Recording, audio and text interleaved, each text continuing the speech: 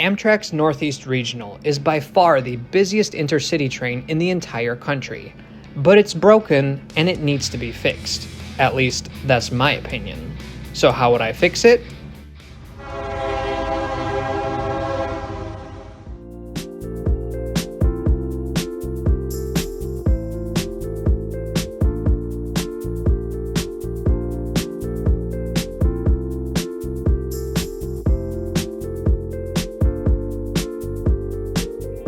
First, let's get some definitions out of the way. The train we're talking about today is called the Northeast Regional. It's operated by Amtrak, and it has run under many names over the last 5 decades. My friend Caleb from the channel Classy Whale has written a song naming all of them, and a link to his video is in the description. The main core of the Northeast Regional service is between Boston and Washington, D.C. via New York and Philadelphia. However, some services run to and from Springfield, Massachusetts instead of Boston, and many trains continue south past Washington into Virginia, serving cities like Roanoke, Richmond, Norfolk, and Newport News. As you can see, the Northeast Regional covers many of the biggest and most important cities in the Northeast mega region of the United States.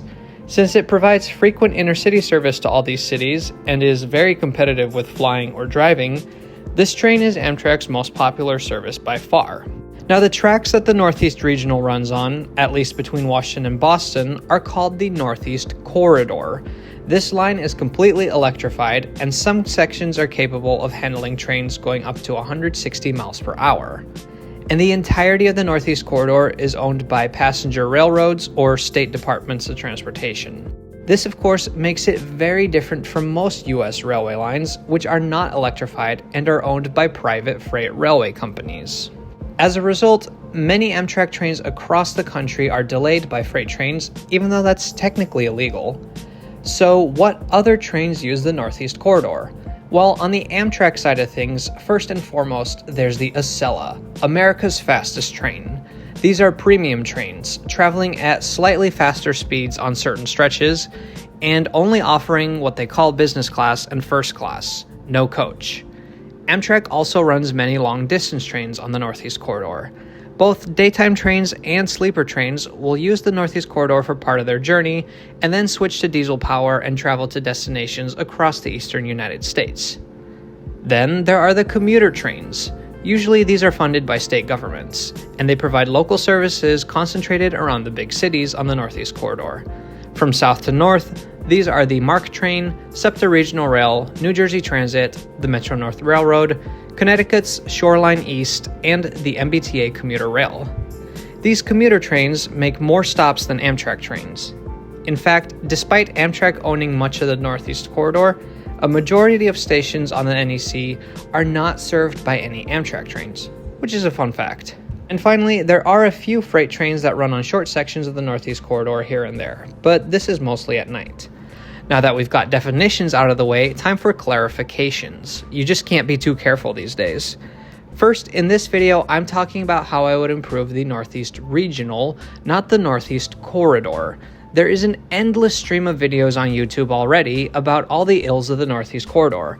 From broken overhead wires to bad tracks, from tunnels on the verge of collapse to slow zones, there's a lot that needs to be fixed. But I'm not sure that I can really add anything that hasn't already been said. So today I'm talking about what I would like to see the train service become. And sure, some of my ideas would likely require changes to the infrastructure, but we can talk about that in a future follow-up video if people want. And finally, this video may be controversial to some. I know that this is a field where the status quo is very dear to some people. But if we do disagree, let's disagree respectfully. See, I am approaching this video drawing on my experience being a daily commuter in the Netherlands and Japan for most of my life. For this video, I will especially be comparing the Northeast Regional with the trains in the Netherlands, because while at first it may not seem so, the two actually are more similar than you might think. What makes the Northeast Regional such a successful train is because it serves a mega region where some of the most economically and culturally important cities are lined up perfectly in a row. The Netherlands has a similar region, known as the Randstad, though it is of course much smaller. But even outside of the Randstad, the Netherlands has many corridors, if you will, of major cities that are situated along a line. So while of course the scale of the countries are very different, the two still have enough in common where I think that comparing it can be useful. My main complaints about the Northeast Regional Service can be divided into two broad categories: ticketing and boarding, and schedules and stopping patterns. Let's look at the first category. A big part of Amtrak's advertising strategy is pointing out how taking the train is better than flying. Think of their No Middle Seats campaign. And have you noticed these days that flying is just absolutely awful? Maybe it was always terrible and I was just an oblivious kid, but these days it seems like you're just always delayed, and adults everywhere are acting in ways that would embarrass preschoolers. Like, why are you lining up when your zone hasn't been called yet?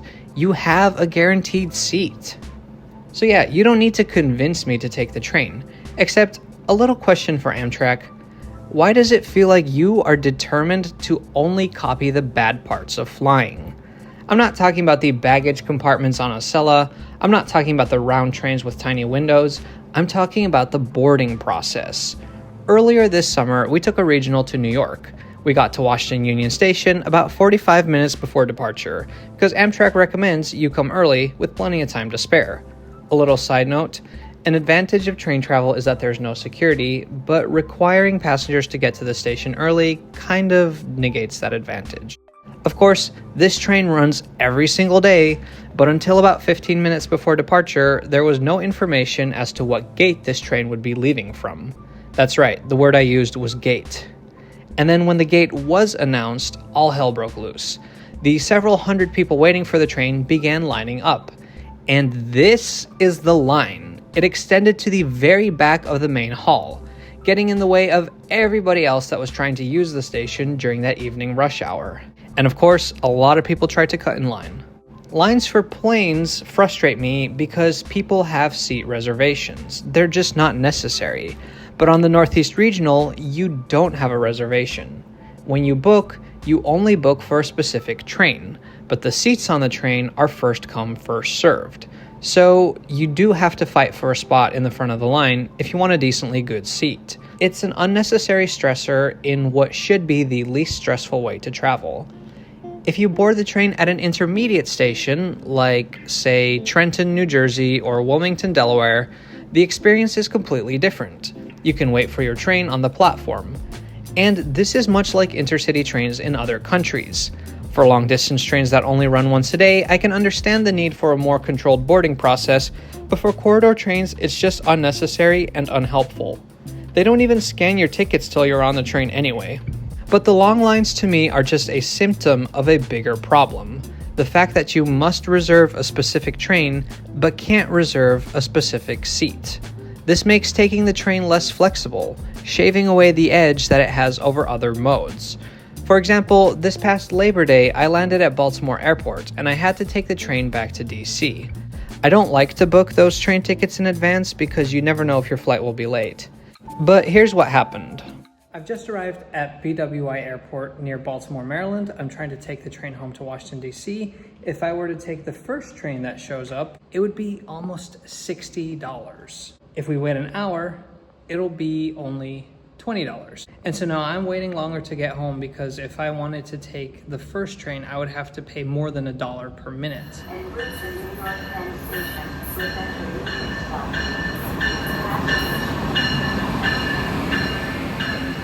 So this is an airport station. Unfortunately, the reality of flying is you don't always know when you're going to land. So you have to wait until the last minute to book a train on a day like today, which is a holiday, and Amtrak is your only public transportation option. See, if the prices had been flat, that would be no problem. We would just get on the next train. But in the current system, now we're stuck waiting here, and you wonder why people take Ubers over public transportation. So this is what I propose instead: flat fares and flexible tickets. A ticket from DC to New York, for example, should cost the same no matter what train you're on. I would rather pay a little more and know that it will always be $50, for example, than have to look to see whether the specific train will be $10 or $200. And this shouldn't be controversial. All the commuter railroads on the Northeast Corridor do this. Any SEPTA ride from Philly to Wilmington will always cost the same. And in the Netherlands, that's how intercity service works too. It's a little bit more complicated there because there are different discounts depending on what time you travel or what subscription you have, but as long as you pay the right fare, you don't have to wait for a specific train. And if Amtrak insisted on making seat reservations an option anyways, well, do what the Germans do in their intercity trains. Reservations are optional, and for those who don't have one, you have to sit in a seat that is not reserved. Or you could even just say seat reservations are a perk of taking the Acela. I do wonder if Amtrak doesn't want people standing in the aisles and the vestibules, and that is a concern that makes sense to me, but it is one that I think can be mitigated by smarter passenger counting systems and using data to ensure that they have the proper capacity, which includes better schedules. Say you're running a little bit late for your train. When would you be more likely to sprint? If you know the next train leaves in 2 hours or in 15 minutes? Frequency is so important, and while the Northeast Regional is Amtrak's most frequent train, I still believe that it's not enough. The Northeast Corridor serves 51 million people. 51 million! That's almost a sixth of the US population. If we pick a random Friday to travel from DC to New York, we see 25 departures. I'm including all bookable trains except for the Acela. We've got a 5:05, 6:30, 7:10, 7:45, 8:10, 8:50, 9:35. You get the picture. There's no discernible pattern. One of the huge advantages of the train system in European countries, like the Netherlands or Switzerland, is the fact that trains run in the same pattern every hour. In Holland, if you're traveling from Leiden Centraal to Rotterdam Centraal, there is an intercity train at the top of the hour, at 15 past the hour, at 30, and 45. Now, you don't have to look up what time your train leaves. All you have to do is look at the clock. But there's one thing about the Northeast Regional that makes it even less usable than anything previously discussed: the irregular stopping patterns. Sure, if your destination is Baltimore, Philadelphia, or New York, and for most people it is, any train will work. But for the intermediate stations, well, you better consult the schedule. Practically every train has different stops along the way. This one stops in New Carrollton and Princeton, but not in Newark Airport or Mystic.